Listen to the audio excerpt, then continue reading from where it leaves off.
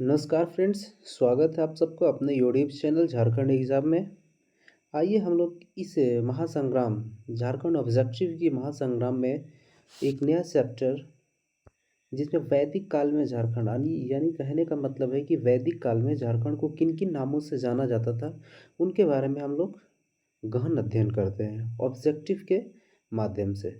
तो आइए, पहला क्वेश्चन दिया हुआ है कि वैदिक काल में झारखंड को किस नाम से जाना जाता था। ऋग्वैदिक काल में झारखंड को किस नाम से जाना जाता था। ऑप्शन है किकट प्रदेश, पुंडरीक देश, वन प्रदेश या इनमें से कोई नहीं। तो ऋग्वैदिक काल में झारखंड को किस नाम से जाना जाता था। किकट प्रदेश के नाम से जाना जाता था। Option A is the correct answer.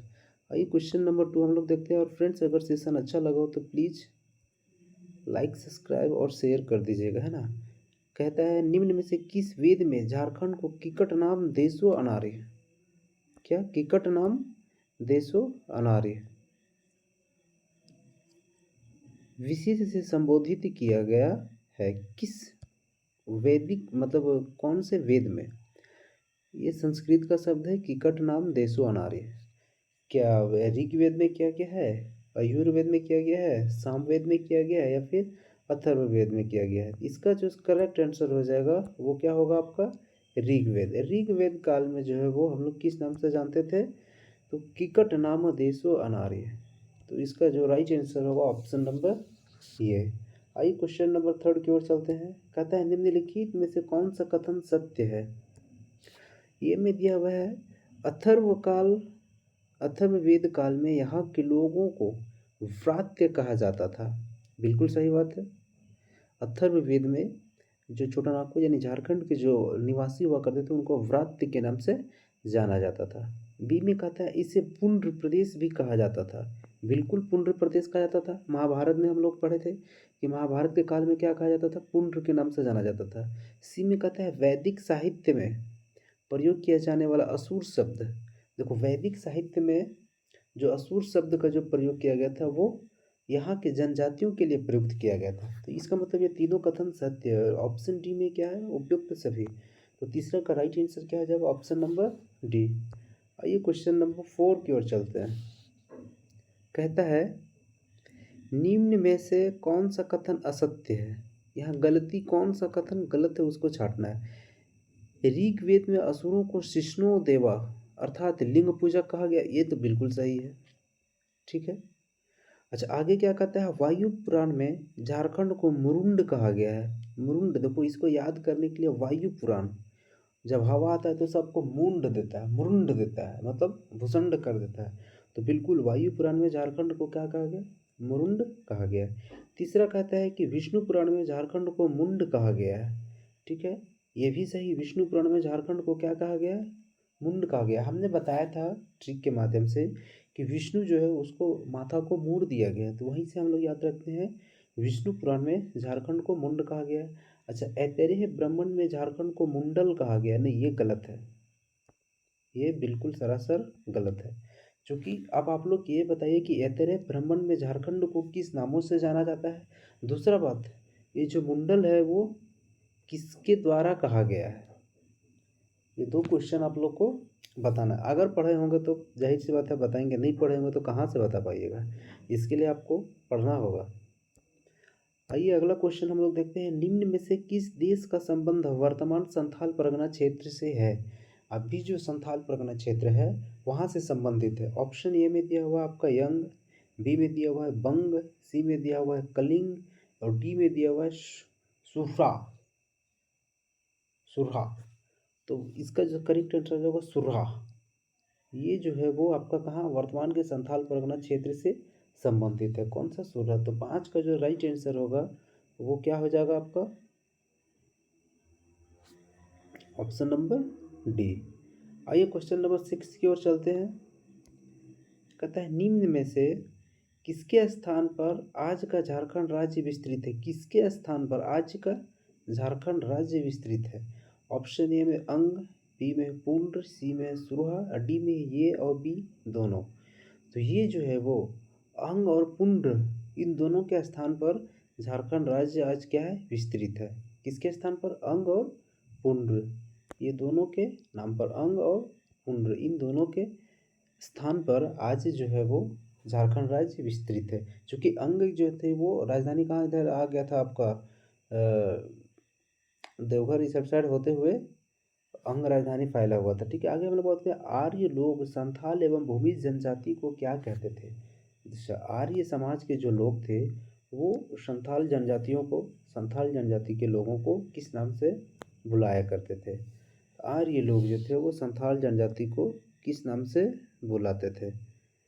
श्वान पूजक, बी में ब्रह्मा विरोधी, सी में ये और बी दोनों, डी में है गौ रक्षी।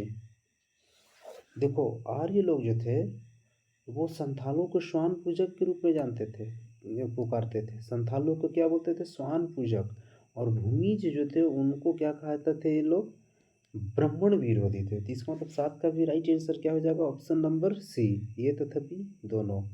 देखो याद रखिएगा, संथाल लोग जो थे आर्य समाज में, जब आर्यों का यहाँ आगमन हुआ तो उन लोगों ने संथालों को श्वान पूजक के रूप में जाना जाता था, या फिर श्वान पूजक के रूप में बोलते थे, और भूमि जनजाति को ब्राह्मण विरोधी के रूप में बोला जाता था। आइए क्वेश्चन नंबर हम लोग 8 की ओर चलते हैं।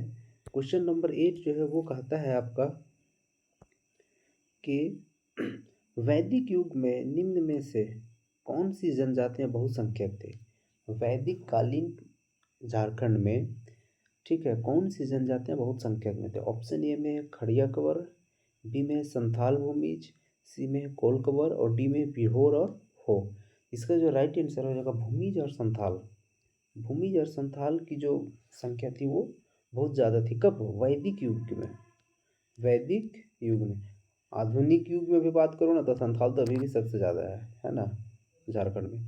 आइए अगला हम लोग बात करते हैं महाभारत काल में झारखंड। अब महाभारत काल में झारखंड को किन किन नामों से जाना जाता था? महाभारत काल में झारखंड को किन किन नामों से जाना जाता था? आइए इनके बारे में हम लोग गहन अध्ययन करते हैं।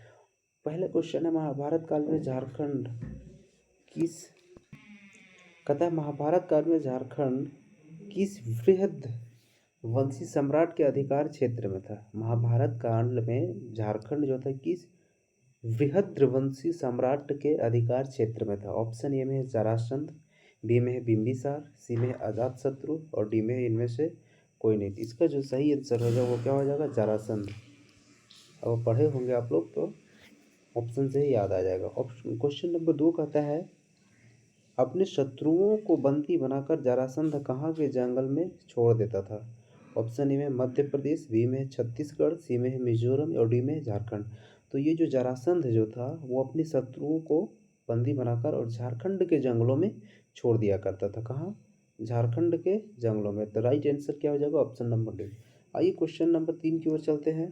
कहता है, जरासंध के समय झारखंड मगध साम्राज्य का कौन सा भाग था? जब ये जो जरासंध था उस टाइम पर झारखंड मगध साम्राज्य के कौन सा भाग में था? क्योंकि मगध में कितना था? 16 अंग था शायद। इसमें ऑप्शन में दिया हुआ उत्तरी, बी में दिया दक्षिणी, सी में दिया हुआ पश्चिमी और डी में दिया हुआ इनमें से कोई नहीं। तो इसका जो सही आंसर हो जाएगा वो क्या हो जाएगा? दक्षिणी। ठीक है। क्वेश्चन नंबर 4 कहता है, निम्न में से हर्यक वंश के किस सम्राट की इच्छा झारखंड के क्षेत्रों में बौद्ध धर्म का प्रचार करना था? ए में दिया हुआ है बिंबिसार, बी में दिया हुआ है उदयन, सी में दिया हुआ है अजातशत्रु और डी में दिया हुआ है नागदशक।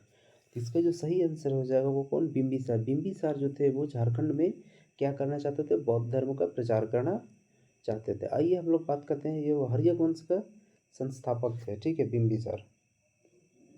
क्वेश्चन नंबर 5 के चलते हैं, निम्न में से कौन सा कथन सत्य है? ये में कहता है, नंद वंश के समय झारखंड मगध साम्राज्य का अंग था। नंद वंश के समय जो था वो क्या झारखंड है मगध साम्राज्य का अंग था? बिल्कुल सही। बी में कहता है, नंद वंश की सेना में हाथी अंग्रेज झारखंड के जंगलों से भेजे जाते थे। ये भी सही है। सी में कहता है, नंद वंश की सेना में जनजातीय तत्वों का समावेश था। ये भी बिल्कुल सही है। इसका मतलब इसका जो 5th का क्या हो जाएगा? Correct answer option number D. आइए अगला हम लोग बात करते हैं, पूर्व मध्य काल में झारखंड को किस नाम किस नाम से जाना जाता था? ठीक है, पूर्व मध्यकाल में झारखंड। आइए इसके बारे में देखते हैं क्या है। निम्न में से किस स्थल से पाल शासक महेंद्र पाल के शिलालेख मिलते हैं? महेंद्र पाल के द्वारा शिलालेख कहाँ से मिलता है? पाल शासक। ऑप्शन ए में है दूधपानी, ये कहाँ पड़ता है दूधपानी? हजारीबाग। बी में दिया हुआ इटखोरी, ये कहाँ पड़ता है आपका? चतरा। सी में दिया हुआ है पांडु और डी में दिया हुआ है बेनीसागर। तो इसका जो राइट आंसर हो जाएगा वो कहाँ?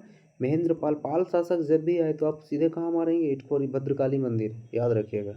ठीक है, इटखोरी स्थित माँ भद्रकाली की मूर्ति का निर्माण संभवतः हुआ था। कब हुआ था? अब तो यही हम लोगों को पता चल गया। कब? पाल काल में। महेंद्र पाल जो थे वो इनके संस्थापक के रूप में भी जाना जाता है। आगे हम लोग बात करते हैं। नागवंशी राजा मोहन राय तथा गजघंट राय किस पालकालीन शासक के समकालीन थे? नागवंश के जो राजा हुआ करते थे उस टाइम पाल शासक, जब जब पालकालीन शासक जब यहाँ राज कर रहे थे उस टाइम नागवंशी राजा मोहन राय और गजघंट राय किस पालकालीन राजा के समकालीन थे?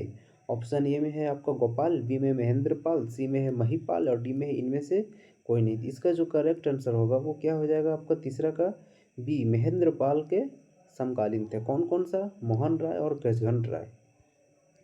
मोहन राय और गजघंट राय जो थे वो दोनों महेंद्र पाल के समकालीन थे। आगे क्वेश्चन नंबर 4 की बात करते हैं। पूर्व मध्यकालीन संस्कृत साहित्य में झारखंड को क्या कहा गया है? पूर्व मध्यकालीन संस्कृत साहित्य में झारखंड को किस नाम से जाना जाता है या फिर क्या कहा गया है? ए में दिया हुआ है पुंडरिक देश, बी में दिया हुआ है पशुभूमि, सी में दिया है किकट प्रदेश है, डी में दिया हुआ है कलिंद देश। तो इसमें किस नाम से जानते थे हम लोग? कलिंद देश के नाम से जाना जाता था। कब? पूर्व मध्यकालीन संस्कृत साहित्य में झारखंड को किस नाम से जाना जाता था? कलिंद देश के नाम से।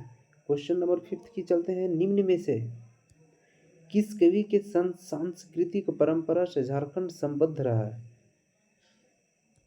ए में दिया हुआ जयदेव, बी में दिया गोपीनाथ, सी में दिया तुलसीदास, डी में दिया इनमें से कोई नहीं। तो 5 का जो करेक्ट आंसर हो जाएगा वो जयदेव। जयदेव एक जो कवि थे उनके सांस्कृतिक परंपरा जो है, जयदेव के सांस्कृतिक परंपरा से झारखंड जो है वो संबद्ध रहा है। क्वेश्चन नंबर 6 की ओर चलते हैं। कहता है 12वीं शताब्दी में पहली बार उड़ीसा के किस राजा ने खुद को झारखंड का राजा घोषित किया? और ये कईयों बार क्वेश्चन पूछ चुका है। ऑप्शन ए में दिया हुआ है नरसिंह देव, बी में दिया हुआ है नरसिंह देव सेकेंड, सी में दिया हुआ है सिंह देव और डी में दिया हुआ है इनमें से कोई नहीं। तो इसका जो करेक्ट आंसर जो होगा वो क्या हो जाएगा? नरसिंह देव द्वितीय।